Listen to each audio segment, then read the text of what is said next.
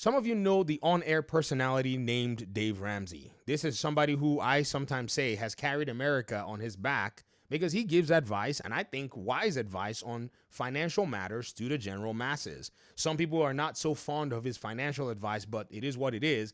The guy is worth almost $1 billion with no debt. I can say he practices what he preaches.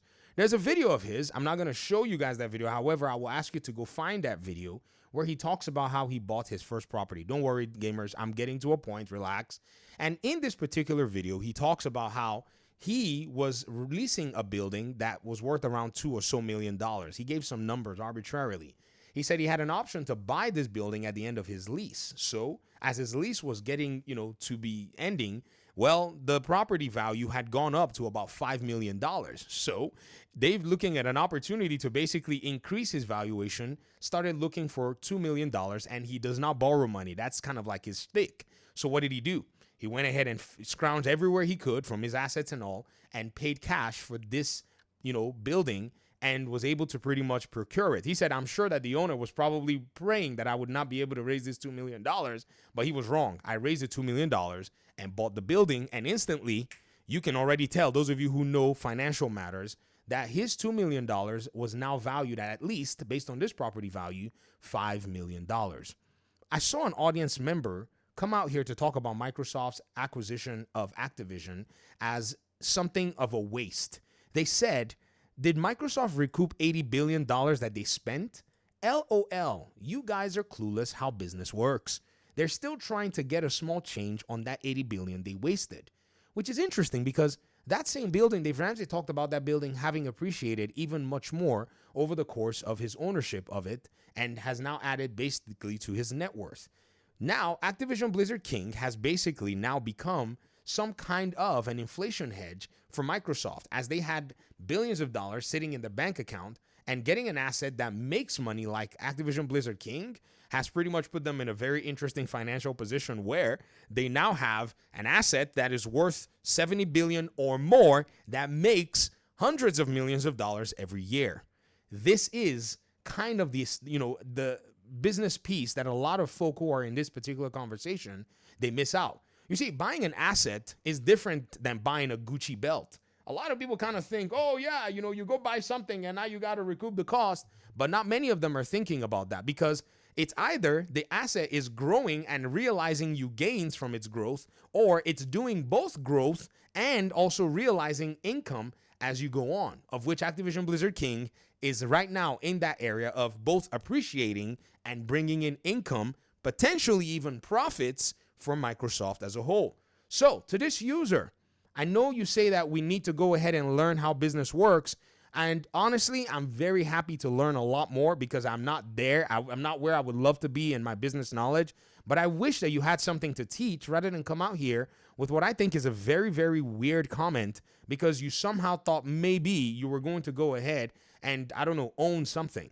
Abandon the console war, abandon the brain rot. A lot of people really understand how this gaming business works. Why? Because it's not so different from everything else, especially when you acquire a company that is healthy financially, making money financially, and has the potential annually to gross as the largest game release, both in revenue, in sales, every single year, only toppled in certain occasions by some games that would launch basically at the beginning of the year. I hope you guys know last year was EA College Football that beat Call of Duty. After Call of Duty basically had 3 months on the market. Can you imagine that? The previous year, 2023, it was Hogwarts Legacy that launched in February and was able to make its way to pretty much almost every available platform that was possible for them. That's crazy, the amount of reach these development teams have to actually, basically go ahead and indulge in to be able to get close to Call of Duty every year. And that was basically the one business side in terms of the cost and the nature of the asset of Activision Blizzard King. Number two, this audience member failed to realize that Activision Blizzard King was one of PlayStation's biggest entities in terms of partnership. It was pretty much their golden goose. They didn't have to invest any money directly in making the games. They didn't have to do much in terms of marketing. They just leveraged their position in the market and got benefits. In fact, it was reported that in 2021, there were 1 million players, actually more than 1 million players on PlayStation who only play Call of Duty, meaning that they spent 100% of their time just simply playing Call of Duty every single month. That's crazy. They only bought a PlayStation to only play Call of Duty, and that's all they played. And this number is more than likely going to be going up. So seeing that PlayStation had access to the best version of Call of Duty, attracting more players to its platform, and then taking the money and the gains that they made as PlayStation to make more games and then block more games from Xbox. Xbox found the opportunity to acquire Activision Blizzard King and went ahead and took it from PlayStation's grasp. And now, before PlayStation makes a dime or a cent from Call of Duty, guess who they have to go to? Xbox. Yes, because if Xbox says, oh, by the way, we're going to delay the release of Call of Duty 2025 because, we're just trying to go ahead and ensure that it reaches quality. Do you know what that does for PlayStation's quarter of Call of Duty every year? Xbox has the sitting power. PlayStation may not be able to take such a revenue hit directly. So right now, anybody who may be laughing at this instance, you don't really understand what has basically happened to PlayStation. What's happened to them is that they basically almost lost their identity during this acquisition process. Their CEO at the time, or the person in charge of PlayStation, burned so much fossil fuel to try to stop this deal from happening because the money was sitting right there. They knew that Microsoft was not going to need to go ahead and find a way to approve funds, and they started even strategizing within their ranks to figure out exactly what was going to go on. So the precious game of PlayStation is now basically in the coffers of their largest, I would tell you, competitor in the console space.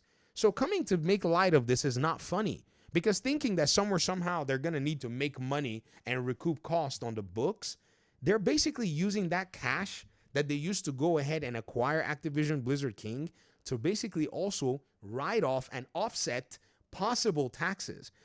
I think people don't necessarily realize that these companies have armies of lawyers and accountants that are very strategic as to how they make, save, and leverage every single dime that is spent or lost in their business. Microsoft is 100% an American company. So that 3,000 plus or so IRS tax code, you can be very certain that they maximize every single letter to their advantage, and expenses for businesses that open up the opportunity to create revenue and create possible jobs.